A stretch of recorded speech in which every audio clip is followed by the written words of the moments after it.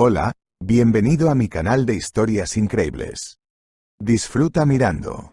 Sin nombre, sin dirección, sin identificación.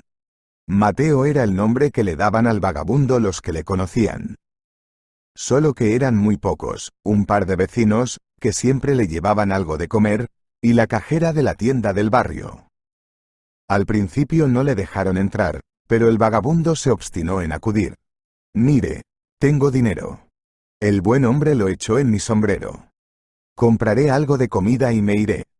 No necesito nada más. No soy un ladrón, no he robado ni una sola vez en mi vida, dijo el anciano. Y le dejaron entrar.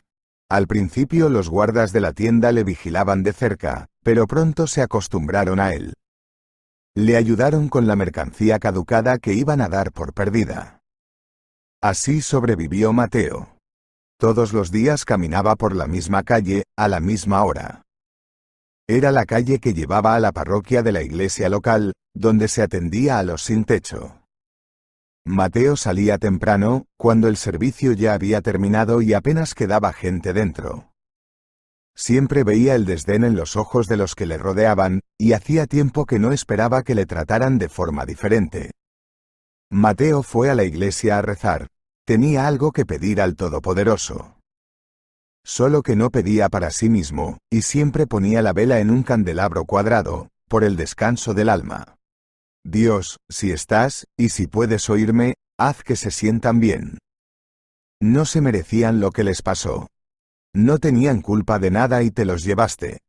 Pero si lo hiciste, vigílalos bien.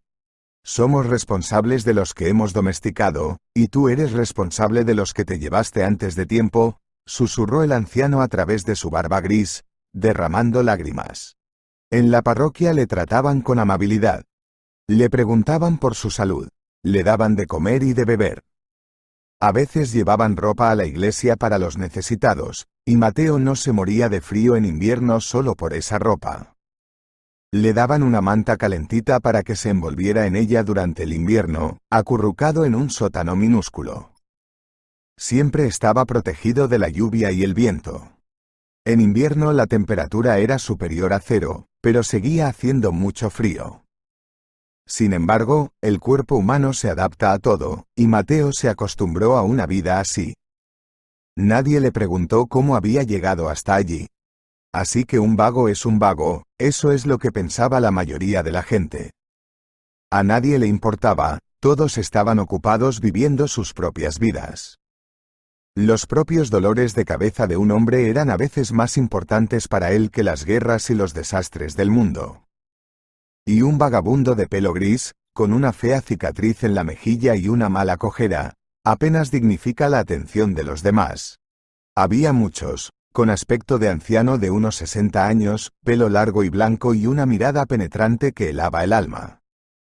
Uno solo podía adivinar cuánto había soportado, cuántas lágrimas había llorado. Su rostro, como un archivo, tenía muchas arrugas. Algunas de ellas estaban formadas por la tristeza, otras estaban congeladas en su rostro por el horror y el miedo, otras por una sonrisa. Érase una vez que aún sabía sonreír, pero ahora rara vez lo hacía. Solo cuando Darío venía a verle. Un chico bajito, con un incipiente pelo negro, venía de vez en cuando a casa del vagabundo. Su amistad había durado casi un año. El chico se escapaba del orfanato local cuando se sentía insultado o injusto, lo que ocurría con demasiada frecuencia. En esas instituciones, el poder lo es todo. El más fuerte es el que manda. El mayor poder lo tenían los educadores. Estaban a la cabeza de la cadena. Podían compadecer o castigar. Y castigaban al por mayor y al por menor, indiscriminadamente, a todos. Digamos, por pelearse, como la última vez que Darío había estado en casa de Mateo y había pasado unos días en el viejo y gastado sofá.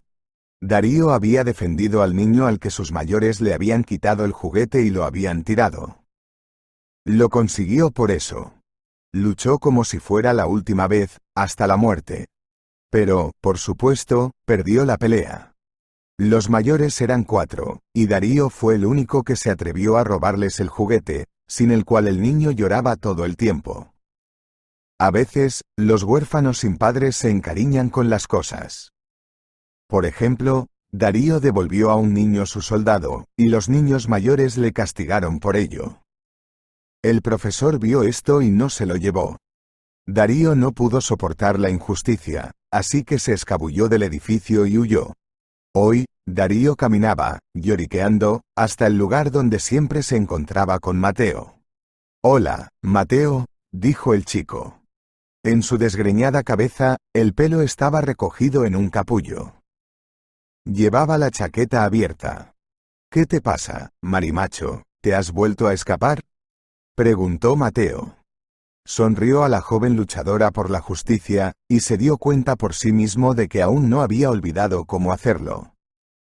Sonreír no era habitual en él, pero si su corazón se lo pedía, ¿quién se lo iba a discutir? «Me escapé. No tardaré. Robé un chicle para los pequeños. De fresa. Nadie se dio cuenta, pero aún así quiero volver a sentarme contigo». Darío mostró el paquete que contenía los chicles de los niños. Mateo movió la cabeza con desaprobación. «¿Estás robando otra vez? ¿Quieres pasar el resto de tu vida en la cárcel? ¿Qué te he dicho? No me regañes, solo cojo un poco, tengo dinero. Mira. Si me hubieran pillado, habría pagado. Pero no me pillaron. ¿Lo ves? Ahora puedo comprar otro paquete, y entonces habrá suficiente chicle para todos. Incluso sobra». Mateo regañó en broma al chico. Hablaron. El vagabundo le preguntaba cómo le daban de comer, cómo le iba con los profesores, con los niños. Ciertamente se hacían daño. Como cualquier otro niño en cualquier otra compañía, ya fuera una guardería de élite o un patio cualquiera. Pero en general, Darío rara vez se quejaba. «Probablemente, la maestra te esté buscando. ¿Y tú otra vez? ¿Qué le decimos esta vez?». El viejo entrecerró los ojos. «No está mirando. Su prometido está aquí, no le interesamos. Podría quedarme aquí contigo hasta mañana». El chico se sentó junto a Mateo en un banco de madera casero, que solía ser una caja de fruta. Se sentó tan cerca que Mateo podía sentir su calor y oírle respirar. Normalmente, todos intentaban mantenerse alejados de él, pero Darío siempre se acercaba. Debía de echar de menos el calor de un ser humano. El corazón de Mateo cosquilleaba cada vez, y recordaba cómo una vez había tenido un hijo en su vida. Había tenido una hermosa esposa. Aquellos recuerdos yacían en el fondo de su memoria, y apenas volvían a surgir. Solo momentos. «Bueno, vamos a la iglesia. Madre estaba repartiendo pasteles hoy. Están deliciosas». Los dos deambularon por la calle. La primavera ya se había instalado, pero el viento soplaba con el frío invernal. Atravesaba el cielo como si barriera todo lo que el invierno había dejado atrás. Este año se había marchado con cierta rapidez, lo había dejado todo atrás, el viento desde las montañas, las pesadas nubes de nieve y las heladas nocturnas. En algunos lugares ya podíamos ver que en un par de días sería octubre. En los lugares donde el sol calentaba incluso queríamos quitarnos el sombrero y experimentar esa agradable sensación, tan familiar desde nuestra infancia, cuando después de un largo invierno te quitas el sombrero por primera vez y empiezas a percibirlo todo de otra manera. Es como si el sombrero te hubiera estado estorbando y ocultando del mundo que te rodea durante todo este tiempo. Cuando llegaron a la iglesia, Mateo y Darío olieron a pan recién horneado. Era que la madre había horneado algunas golosinas para obsequiar a los feligreses esta mañana. Algunos de ellos también compartieron sus golosinas navideñas. Y así fue hoy. «Entrad. Daos prisa, que hace mucho frío», les gritó al ver al anciano que les había visitado antes, pero ahora con el niño pequeño. Los niños siempre eran especialmente bienvenidos aquí. «Os he traído un niño. Mira qué listo es. Es un fugitivo». Madre les dio té caliente y los trató a los dos. Una pequeña dependencia cerca de la parroquia estaba reservada para este fin. No tenía calefacción, pero cuando las voluntarias cocinaban allí, o la propia monja, se calentaba. Había bancos alrededor, cada uno con una mesa. Se podía dar de comer a un par de docenas de personas a la vez. Los indigentes venían de todas partes a comer. Todos eran bienvenidos, a nadie se le preguntaba por qué había venido, por qué tenía hambre. Todos eran recibidos con una sonrisa. Los chicos y chicas de la universidad local trabajaban aquí durante el día. Les prometieron incentivos educativos, así que se unieron. Al principio todos venían aquí en su propio beneficio, pero la segunda vez siempre volvían por voluntad propia. La gente se sentía necesaria e importante. No como en una oficina mal ventilada, fotocopiando una pila de papeles que nadie sabe quién necesita, o en un aula, escuchando a un profesor al que claramente no le interesaba su asignatura y lo único que le importaba era el dinero que los estudiantes y sus padres podían conseguir a cambio de sus créditos. Este mundo está infinitamente corrompido, y cuesta creer que esto pueda cambiar de alguna manera ahora. Y la parroquia eclesiástica es lo poco de auténtico que queda en este mundo. Intacta por la corrupción y la codicia, no tocada por la avaricia de los funcionarios, no ocupada por los ricos. Puede que algunos sectores de la Iglesia hayan caído bajo las ruedas de un mundo tóxico que a veces parecía ir cuesta abajo, pero aquí vivía la verdadera bondad. Aquí había verdadera misericordia y paz. Aquí Mateo se sentía menos miserable. ¿Era un hombre profundamente religioso? Difícilmente. Había algo en esta parroquia que curaba, que cosía un alma hecha jirones. En varias ocasiones, Mateo se había confesado con el cura local. Antes había conseguido asearse, bañarse y lavar su ropa. Quizá lo único que distinguía a Mateo de un auténtico vagabundo era su afición por la limpieza. Se bañaba con regularidad en los baños públicos locales. Allí había un cubículo que necesitaba reformas, donde no se permitían visitas. El suelo estaba decapado, el grifo colgaba y goteaba. Humedad por todas partes. Pero Mateo no necesitaba un suelo de mármol con fontanería dorada. Mateo se había enterado hacía un año de que podía bañarse allí, cuando habló con el limpiador borracho de la casa de baños. Su mujer le había echado de casa. Como habrán adivinado, por adulterio. Así que pasó la noche cerca del sótano donde Mateo dormía. El limpiador de la casa de baños estaba hablando en voz alta por teléfono, maldiciendo. Mateo se despertó, salió a él. Una palabra llevó a la otra, y el encargado de los baños ofreció al vagabundo un baño cuando quisiera, pero solo después de la hora de cierre, y solo en su turno. Así que Mateo conocía bien su horario, y aprovechó el privilegio de vagabundo que se le ofrecía. Pronto Darío se comió un bollo y pidió ir al baño. La monja lo acogió y le dijo que se lavara también la cara y el cuello. El niño cumplió la tarea obedientemente y él y Mateo se marcharon, agradeciendo de corazón a los parroquianos el té caliente y la comida. Por el camino recordaron cómo habían ido juntos al río el verano anterior y cómo habían ido a recoger frutas.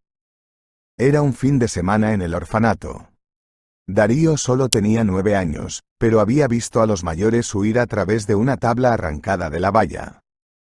Uno de los mayores de enfrente, en un bloque monolítico de pisos, tenía una novia que vivía con él. Solía correr hacia ella a través de la ventana casi todas las noches. Pero en invierno cerraron la ventana con cinta adhesiva y el chico empezó a escaparse al azar. Le pillamos un par de veces y le regañamos. Luego le permitieron reunirse con la chica en el territorio del refugio. Mejor eso que buscarlo por toda la ciudad. Fue de tipos como ese de quienes Darío aprendió a huir sin ser visto y a volver en silencio. El chico se despidió de Mateo. Como siempre, lo abrazó fuerte, y salió corriendo. Estaba oscureciendo afuera. Mateo se arrastró de vuelta a su fría guarida. El dolor en su pierna siempre empeoraba por la noche, y apenas podía llegar al sofá. En realidad, sus muebles no se limitaban al sofá. En el vertedero había muchos utensilios útiles, que había arrastrado hasta su escondite. Había una pequeña mesa redonda, un par de sillas, antiguas, con los respaldos tallados. Había una alfombra vieja, que el vagabundo había limpiado lo mejor que había podido. Los gatos callejeros solían ir allí a calentarse. Mateo se alegraba por cada animal. Una perra callejera de orejas peludas llamada Dora vivía con él permanentemente. Se la había cambiado a los borrachos del barrio por un paquete de cigarrillos. Estos malandrines ya llevaban a la perra al ahogadero. Decían que no la necesitaban, que de qué la servía. La perra era grande, un cruce entre mestizo y perro pastor, a juzgar por su color. Comprensiva, cariñosa. Llevaba 3 años viviendo con Mateo. Se escapaba a algún sitio, periódicamente, pero siempre volvía. No tenía cachorros, algo le debía pasar.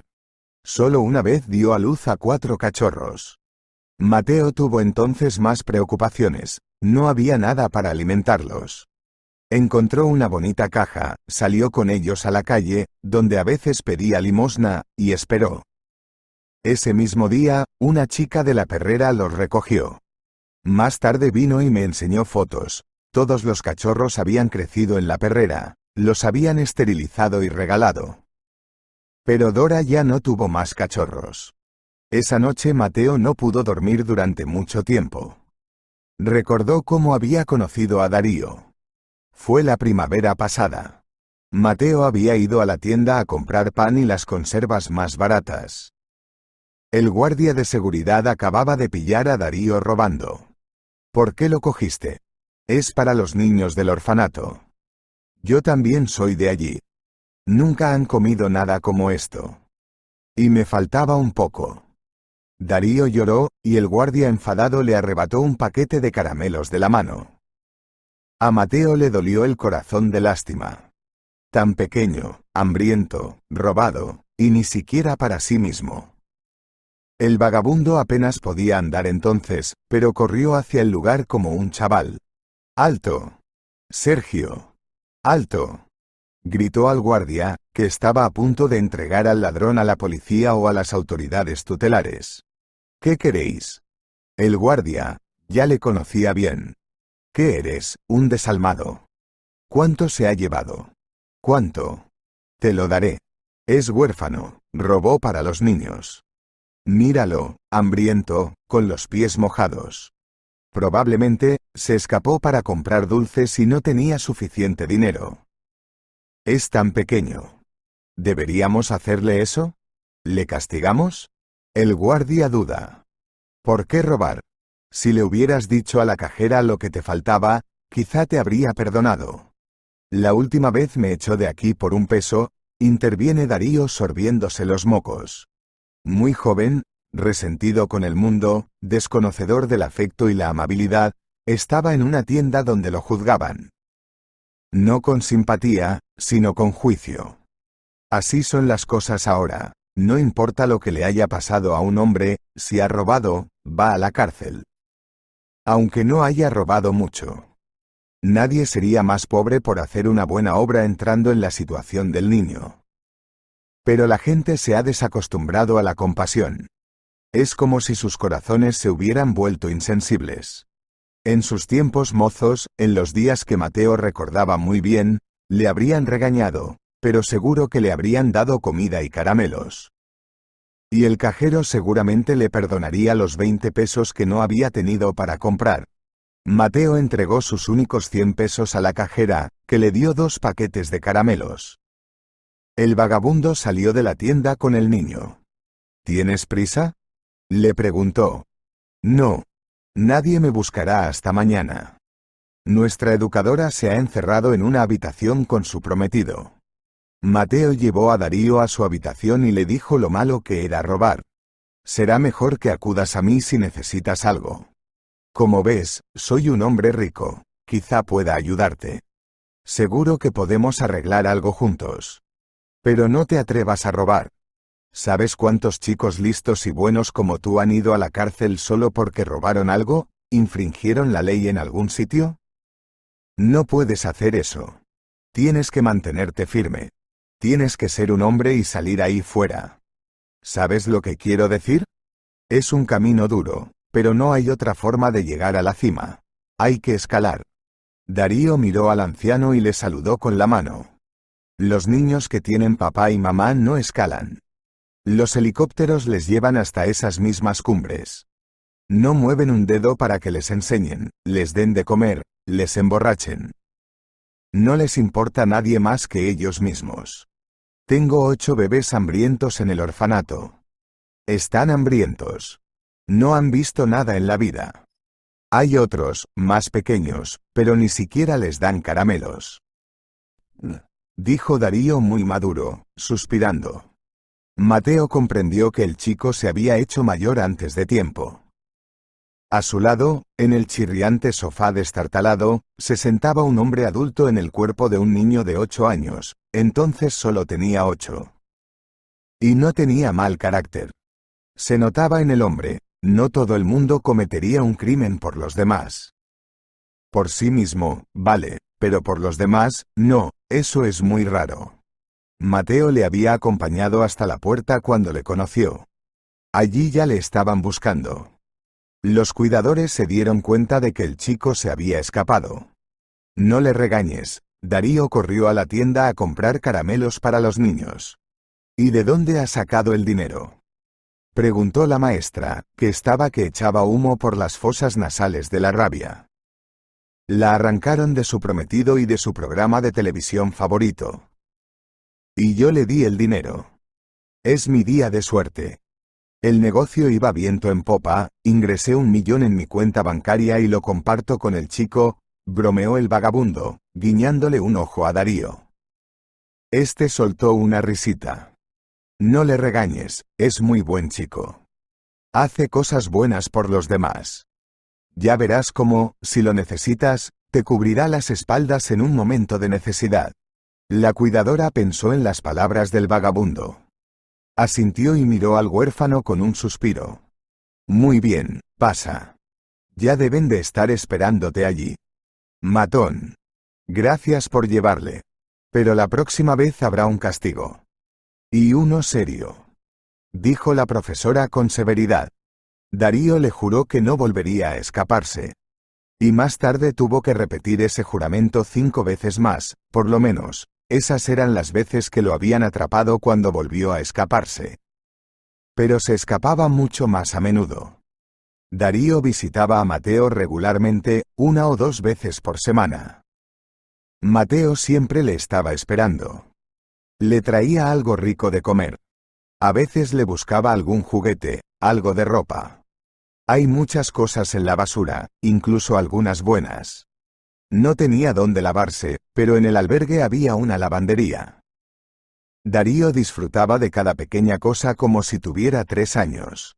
Con una mente de adulto, en el fondo seguía siendo un niño indefenso. Se podría decir que no tuvo infancia. Por eso, aprovechaba cualquier oportunidad para compensarlo, para complacer a su niño interior. En verano, Mateo llevaba a Darío a pescar. Fabricó su propia caña, compró el anzuelo a un pescador local y encontró el sedal en un cubo de basura. Darío vio a Mateo sacar lombrices con un trozo roto de pala en el jardín. Pescan peces, los fríen en el fuego y se los comen. Sin sal, sin condimentos. Solo pescado, nada más. Delicioso. ¿Dónde has aprendido eso? Preguntó el chico, comiendo el pescado que había pescado. En el ejército. Donde yo servía había muchos ríos. Nos las arreglábamos para ir a pescar. Nuestro capataz solía llevarnos él mismo. A lo largo de la orilla, una compañía de soldados con aparejos caseros en lugar de cañas. Y nos sentábamos allí. Atrapamos suficiente para todos. Pero no era así a menudo. Éramos muy amigos, dijo Mateo, omitiendo algunos detalles que Darío no necesitaba saber. Estos recuerdos hicieron que Mateo se durmiera poco a poco. Dormía como un bebé y veía a Darío en sus sueños. Y entonces Darío desapareció, era el final del verano. Mateo le esperaba para darle una figurita de juguete de algún superhéroe que había encontrado en el parque. Al parecer, uno de los niños la había olvidado. Pero Darío no estaba allí. Han pasado 3 semanas y no ha aparecido. ¿Qué le habrá pasado? ¿Se habrá puesto enfermo?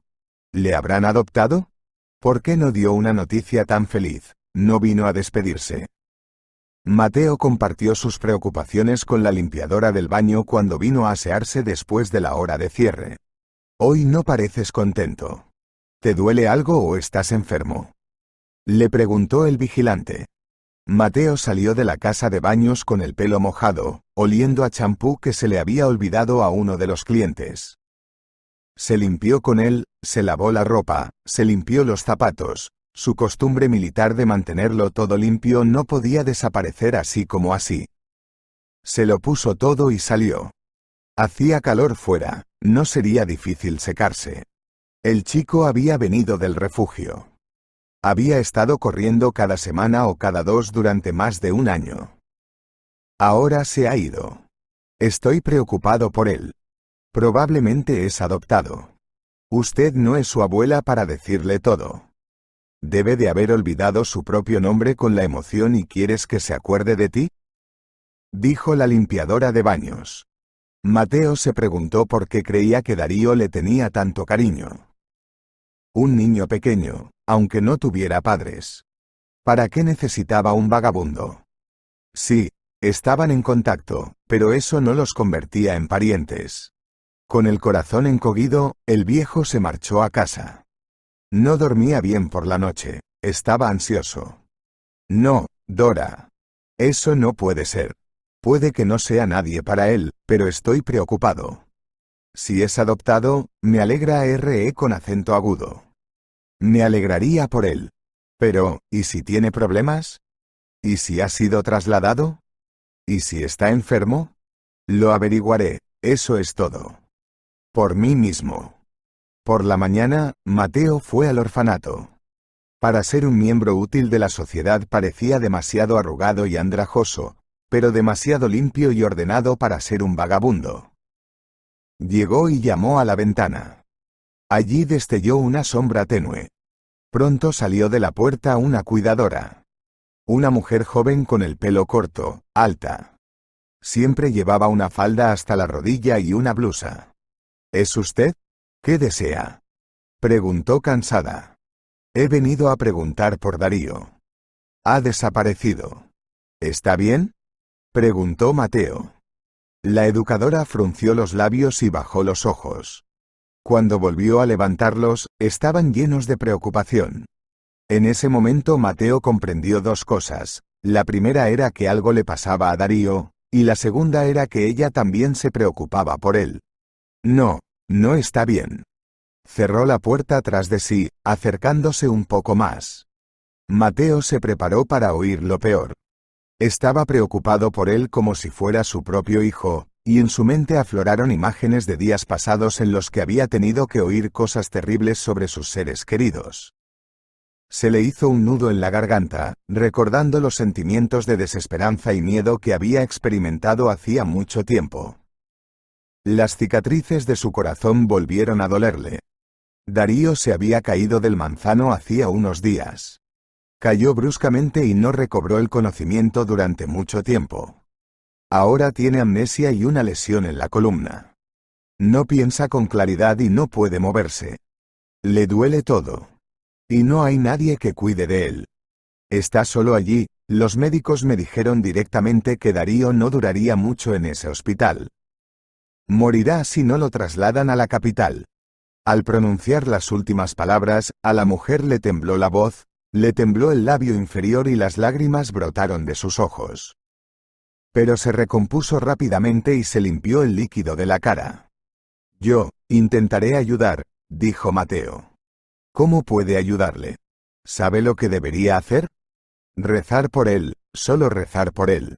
La profesora cerró la puerta tras de sí y Mateo suspiró con cierto alivio. Darío está vivo. Había esperanza para él. Solo necesita un buen hospital. Necesita dinero para el tratamiento. Eso es todo. Sus seres queridos no tuvieron esa oportunidad entonces. Él habría puesto el mundo patas arriba si hubieran tenido esa oportunidad, pero lo único que le mostraron fueron 2 bolsas negras de cadáveres sobre las cenizas. Y aquí hay esperanza. Y la felicidad puede suceder. Puede. Hay que rezar. Claro que sí. Dios no tiene una cuenta bancaria aquí. Solo nos tiene a nosotros. Y tenemos que ayudarnos a nosotros mismos y a nuestros seres queridos, murmuró Mateo para sí mismo mientras se dirigía a casa. Aquí cada uno es su propio Dios, y no hace falta mirar al cielo. Tienes que hacerlo todo tú mismo.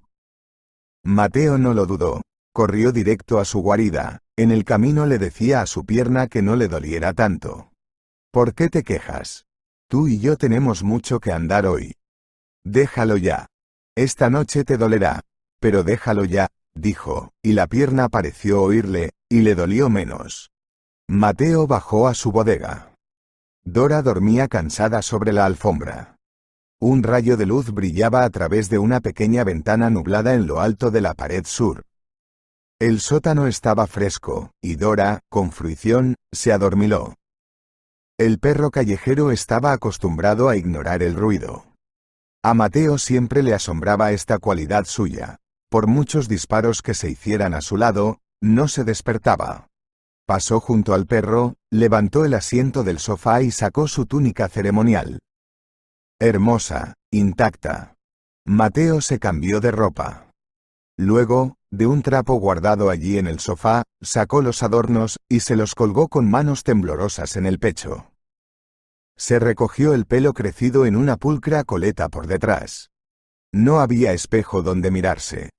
Una barba gris solo completaba la imagen. Volver a sentirse, el hombre que había sido siempre era muy extraño. Era como si todos sus viejos sentimientos hubieran vuelto a él. Volvía a sentirse orgulloso de haber servido y luchado, de ser un veterano de guerra, de haber recibido muchos premios. Salvaba sin miedo la vida de la gente, sabiendo que nadie le esperaba en ninguna parte. Mateo también procedía de un orfanato, así que comprendía bien a Darío. Cuando se graduó, se fue a servir. Firmó un contrato y se puso manos a la obra. Puntos calientes, miedo, dolor y muerte. No fue muy diferente de lo que vivió en el orfanato. Casi todos los que sirvieron con él tenían miedo a la muerte, estaban tristes por sus familias, soñaban con una vida tranquila. Pero Mateo no conocía esa vida. No conoció el amor, el cariño y el cuidado. No quería volver atrás, así que cubrió a sus camaradas, no tuvo miedo de seguir adelante. Por casualidad mató, por casualidad vio apagarse la chispa de la vida en los ojos de un amigo íntimo.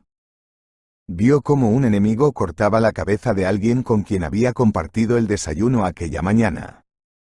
No podía perdonar algo así, mató a todo su pelotón junto con su compañero. Y luego lo arrastró varios kilómetros hasta el hospital, sediento, con sangre ajena, conmocionado y exhausto. Nunca olvidaría aquella batalla. Tampoco Pablo, el mismo compañero que había llevado al hospital y que ahora era presidente del Consejo de Veteranos. Entró en el edificio con la cabeza bien alta. No importaba que ayer estuviera mendigando en la estación de tren, todo era oropel, todo era ganancia. Quien era nunca le abandonó, la esencia del hombre no cambia con los años, solo adquiere nuevos hábitos y preocupaciones, grasa o arrugas, cicatrices y traumas. Y el tiempo lame las heridas, dejando solo imágenes difíciles de creer. ¿Fui realmente yo?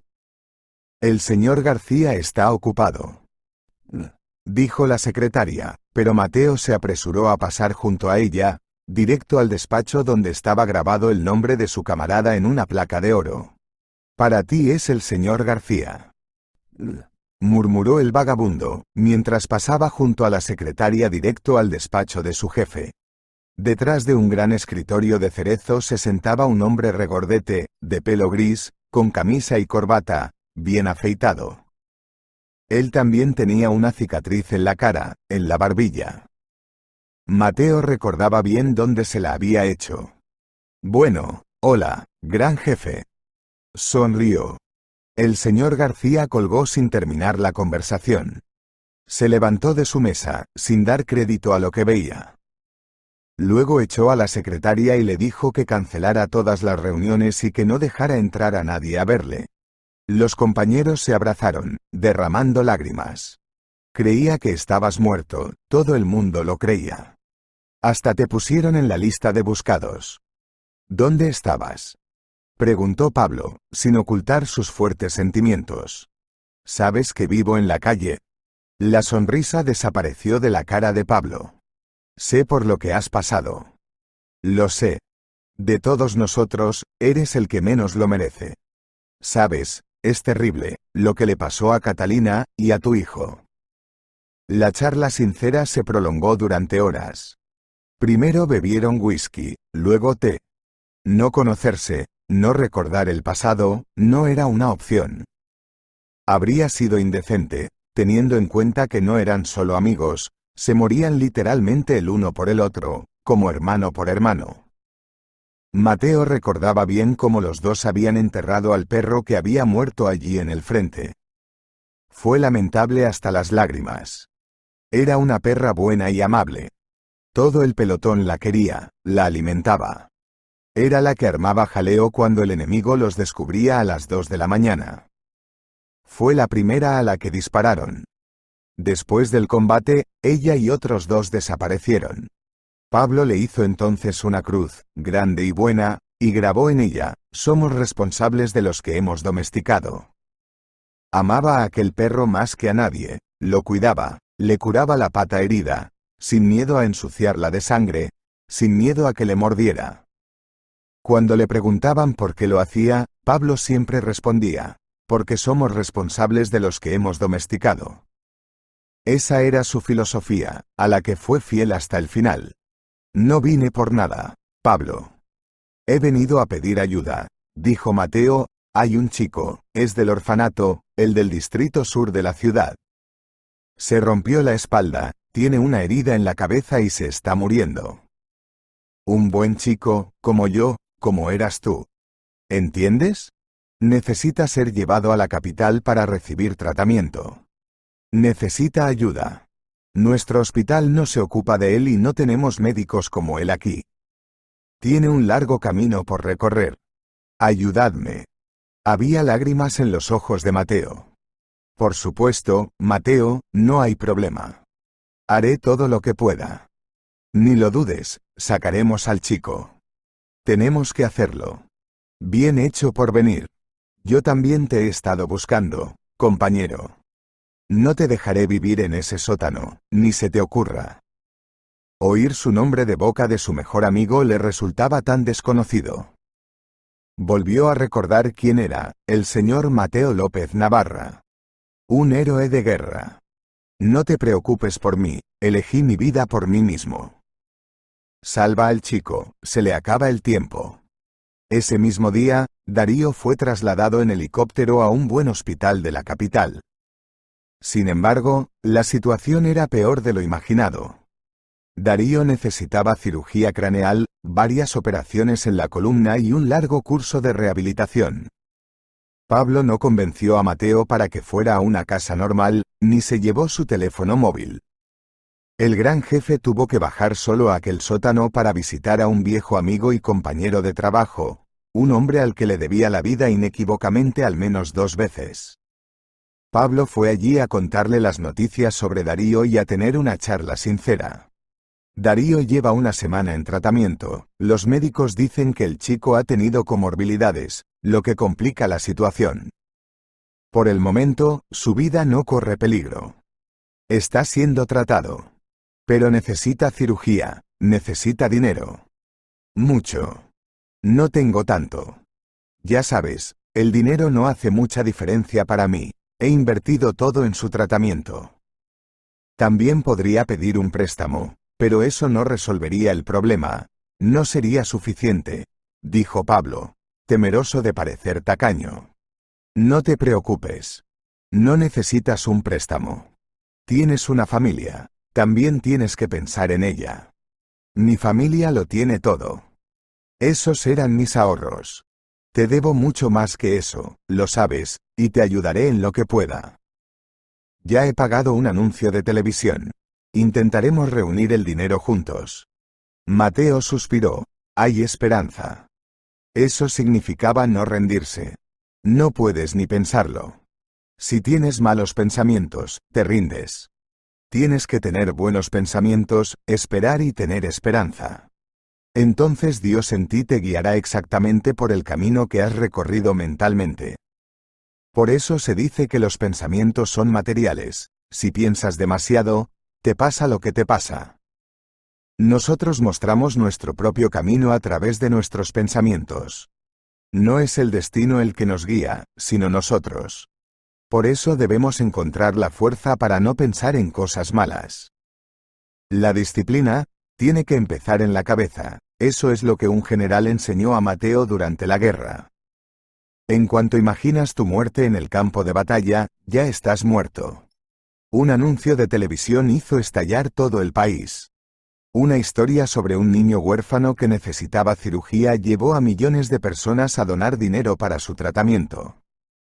Pablo García, sin embargo, se puso en contacto con todos sus compañeros supervivientes y les pidió que ayudaran también. Al final, la recaudación fue casi instantánea. Los periódicos se llenaron de titulares. Un niño huérfano quería recoger manzanas para los niños del orfanato, pero ahora está paralítico. La gente llamaba a la redacción preguntando qué podían hacer para ayudar. El tratamiento duró 6 meses. Durante todo este tiempo, Mateo Navarra recibió noticias de Pablo. Varias veces llamó a Darío. Había recuperado la memoria, había recuperado el habla, era el mismo de antes, solo que aún no podía andar. Siempre se alegraba de recibir llamadas de Mateo. No me dijiste que estuviste en la guerra. Dime, ¿cómo fue? Preguntó el chico, tumbado en la cama del hospital. Pues riza el rizo y te lo cuento. La guerra siempre es miedo. 1, dolor, 2, sudor, 3, sangre 4, y lágrimas, 5. La guerra es muy mala. Por eso el mundo entero quiere asegurarse de que nadie más conozca estos horrores. Será mejor que me cuentes cómo te va. ¿Estás aguantando? ¿No te dan miedo las operaciones? Preguntó Mateo. No, los médicos me dicen que no es nada.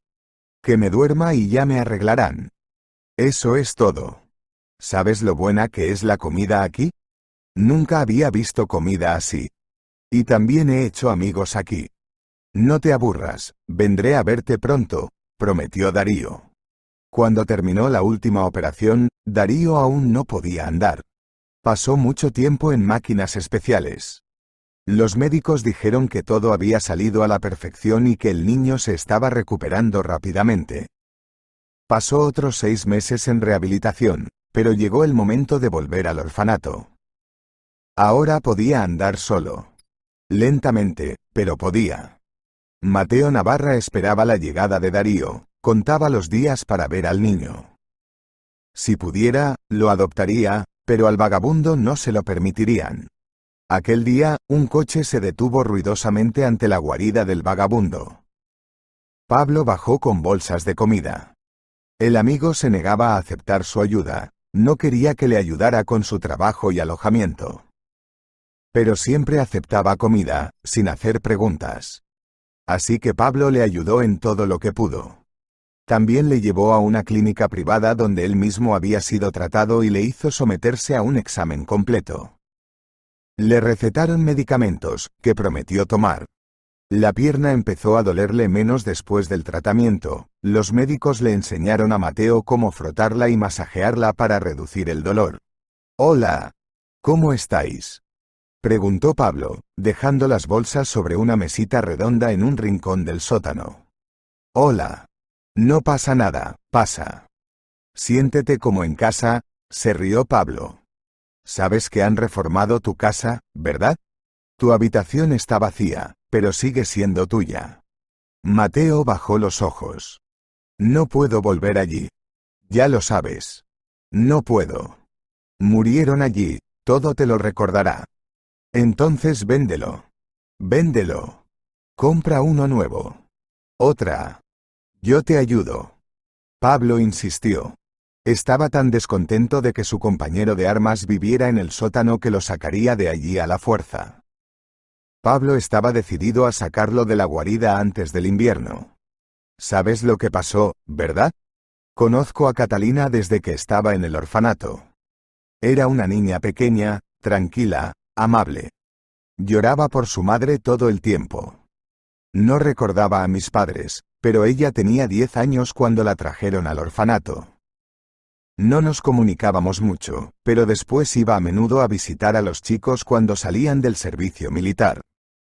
Serví aquí y firmé un contrato. Me fui, y allí ya sabes cómo era. Tú y yo pasamos juntos por todos los horrores de la guerra. Cuando volví, quería volver a la batalla, no sabía vivir como los demás. La vida fuera de la guerra no era para mí, siempre. Pero no me aceptaron de vuelta. Aquella herida en la pierna. Fue entonces cuando conocí a Catalina. Ella también vino a visitar a nuestra educadora, la señora Domínguez, y a los otros niños. Fue a la escuela, se hizo costurera. Empezamos a hablar, nos hicimos amigas. De repente, empezamos a salir. Nos casamos, nació Roberto. Me despertaba por la noche gritando, tenía una herida de guerra, como todos los nuestros. Pero mi familia me protegía de esos terribles recuerdos. Después de 4 años tenía pesadillas muy raramente.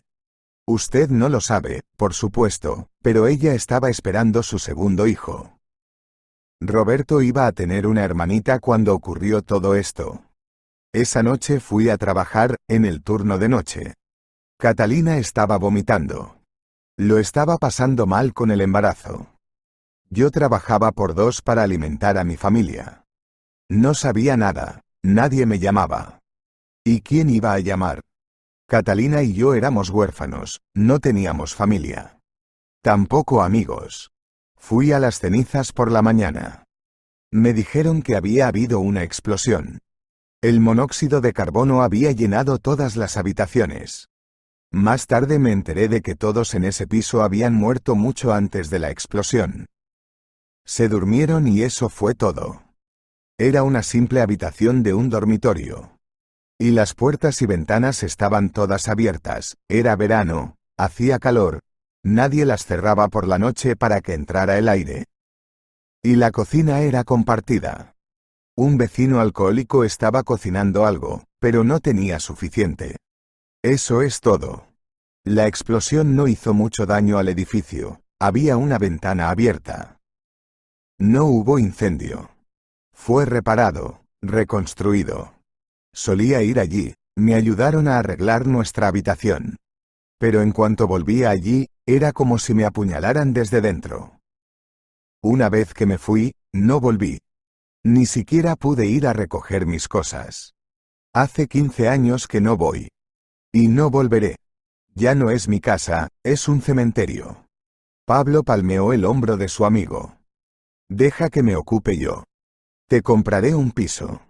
Venderé este. O te lo cambio. Tengo contactos, agentes inmobiliarios. ¿Lo hacemos? Mateo movió la cabeza negativamente. Pablo, no has venido a verme por eso. ¿Algo sobre Darío? Ah, sí. Sí. Sobre él, Pablo se rascó la cabeza, tienes razón. Hoy me han llamado. Darío lleva mucho tiempo intentando adoptar. No tienen hijos, lo vieron en la tele y quieren acogerlo. Los de la tutela están preparando los papeles. Ya está. Mateo sonrió. ¡Qué noticia! ¡Qué bien! ¡Qué bien! Va a tener padres. Sabes, no todo fue por nada. No fue por nada. Los viejos amigos hablaron largo rato en el sótano destartalado y húmedo. Cuando Pablo se fue, Mateo suspiró pesadamente. Ahora Darío estaría bien. Solo una cosa le roía el corazón. Nunca volvería a ver a Darío. Pero era lo mejor. Seguramente. Pasaron 2 años. Mateo no cedió a las súplicas de Pablo y él continuaba a llevarle comida. Se veían un par de veces por semana y hablaban como viejos amigos. Pablo ayudó a su amigo a restaurar sus papeles y a arreglar su pensión. Anteayer, en octubre, lo sacó del sótano, lo dejó durmiendo toda la noche y, al día siguiente, cuando Mateo regresó, no reconocía su cuchitril. Los lugareños se escandalizaron, aunque solo fuera porque el vagabundo empezó a recibir frecuentes paseos de un ricachón trajeado en un coche extranjero. ¿Qué está pasando aquí? ¡Madre de Dios!, exclamó Mateo. Pablo sonrió al ver las reformas que había hecho para su amigo. El grupo lo hizo bien. Bien hecho. No jures, pero no dejaré que te congeles. Habían arreglado la entrada al sótano de modo que ahora había una puerta en toda regla. Instalaron electricidad, un calentador, luces. Las paredes estaban forradas, aisladas. Se niveló con acento agudo el suelo, se colocaron tablas. Pusieron una alfombra nueva encima. Dora ya dormía en ella. Pablo sabía lo importante que era el perro para su amigo y pidió a los obreros que no lo echaran. También había un pequeño retrete en un rincón de la habitación. No podía entrar agua. El edificio de aquí no funciona. Pero hay una casa de baños al otro lado de la calle. Puedes ir allí gratis, ya lo he arreglado. Resulta que el encargado de la casa de baños te conoce. Mateo Navarra vivía un poco mejor.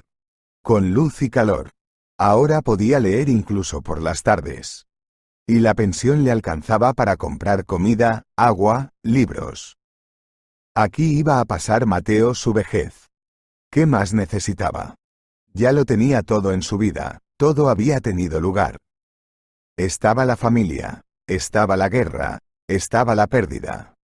Estaba el niño que salvó. Después de aquel incidente, se sintió aliviado. Pablo hizo que un amigo le acompañara a la tumba de su hijo y su mujer. Mateo solo había estado allí unas pocas veces, le costó ir. No estuvo en el funeral, su corazón se puso mal, fue tratado por los médicos, luego estuvo en el hospital durante mucho tiempo, no pudo recuperarse. Así que otro gran paso fue visitar la tumba de sus únicos familiares. Ahora visitaba el cementerio con regularidad, aunque no creía que su mujer y su hijo estuvieran allí esperándole. Mateo Navarra no era religioso. Aceptaba que existe el renacimiento. A veces pensaba que el alma de su hijo Roberto podría nacer de nuevo, en el cuerpo del pequeño Darío. Quizá Dios pensó que le había quitado demasiado y decidió devolverle a su hijo, aunque solo fuera de esta manera. Tales pensamientos distraían a Mateo de su monótona vida. Deseaba desesperadamente creer que había un sentido detrás de todos estos problemas. ¿Podría ser que el cielo y el infierno estuvieran allí mismo? No abajo ni arriba, sino aquí en la tierra. Para los que se portaron bien en la vida pasada, el nuevo nacimiento será el paraíso. Para los que habían hecho poco bien, sería el infierno. No dejaba de pensar, ¿por qué se le ponía a prueba? Al fin y al cabo, pocos habían experimentado tanto en la vida como Mateo López Navarra. La infancia, el ejército, la guerra, la pérdida de su mujer y su hijo. Y luego se preocupaba tanto por Darío. Tenía tanto miedo de que el niño también estuviera destinado a correr la misma suerte.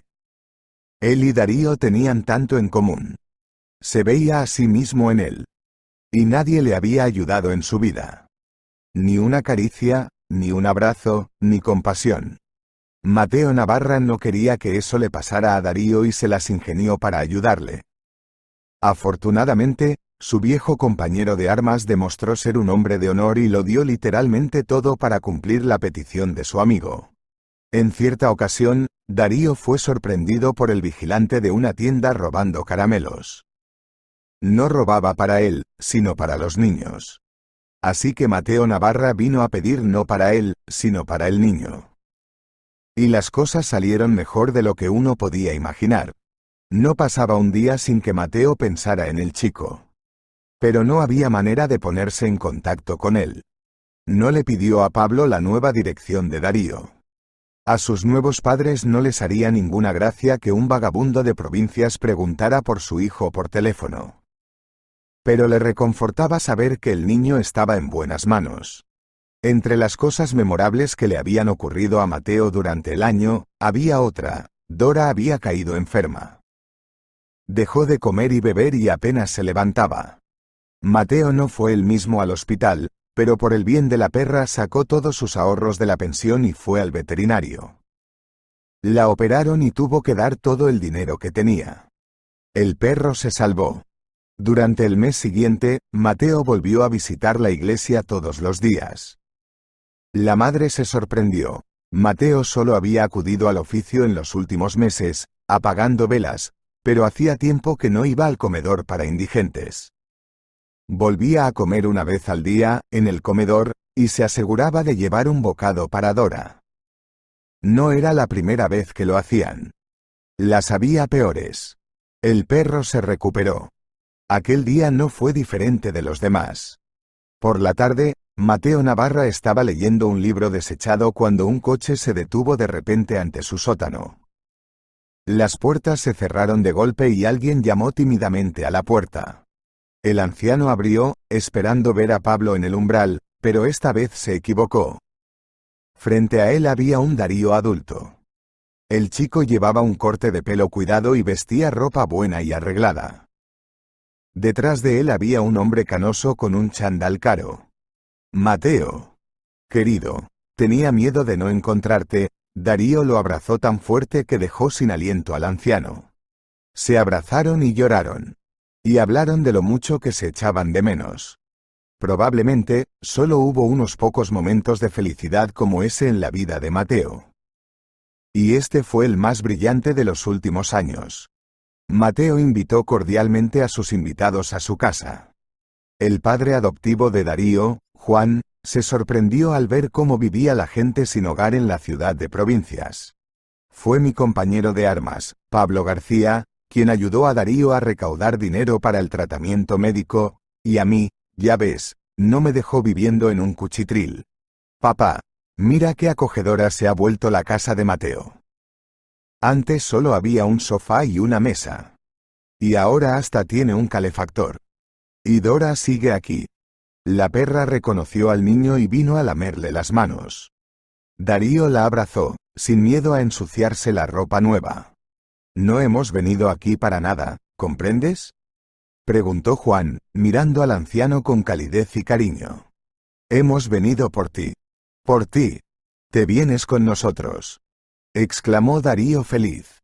La cara de Mateo cambió, no sabía qué decir.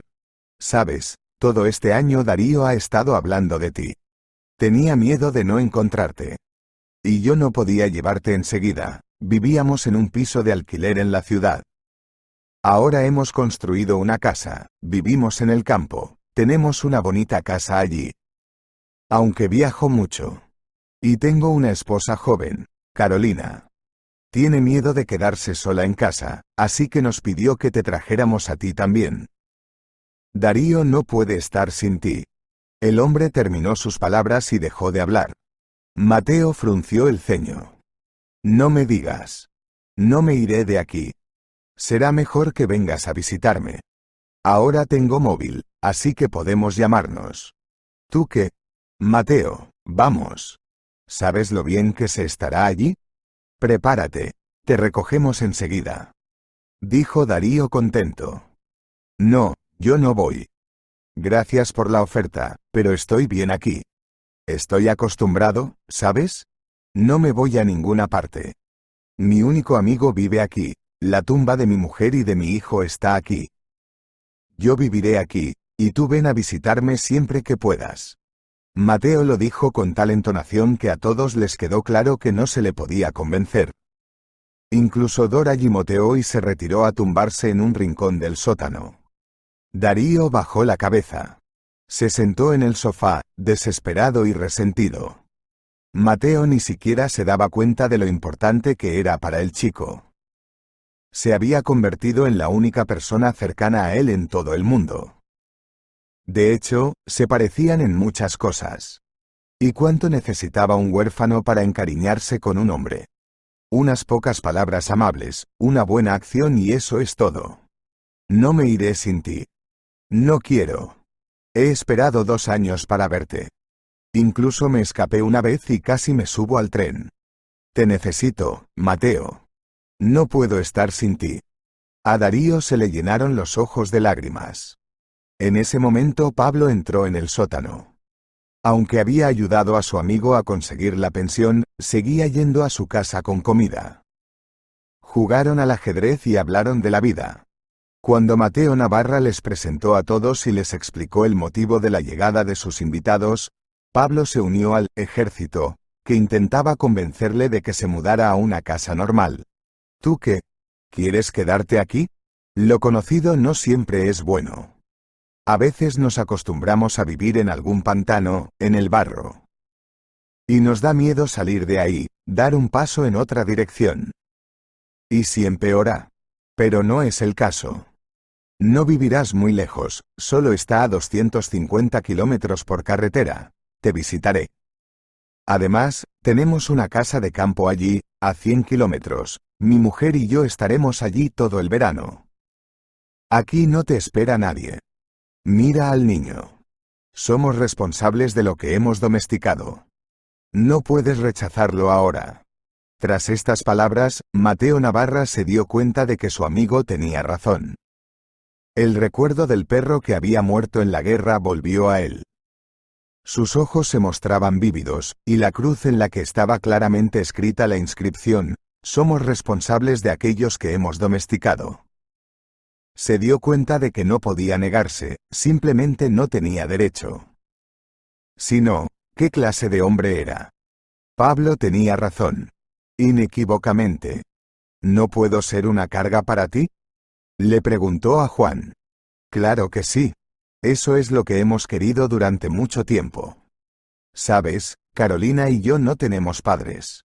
Crecí en un hogar de acogida, igual que Darío, y mi mujer está muerta. Eres muy bienvenida. Y Darío te quiere mucho. Tendrás tu propia casa, está al lado, como una extensión.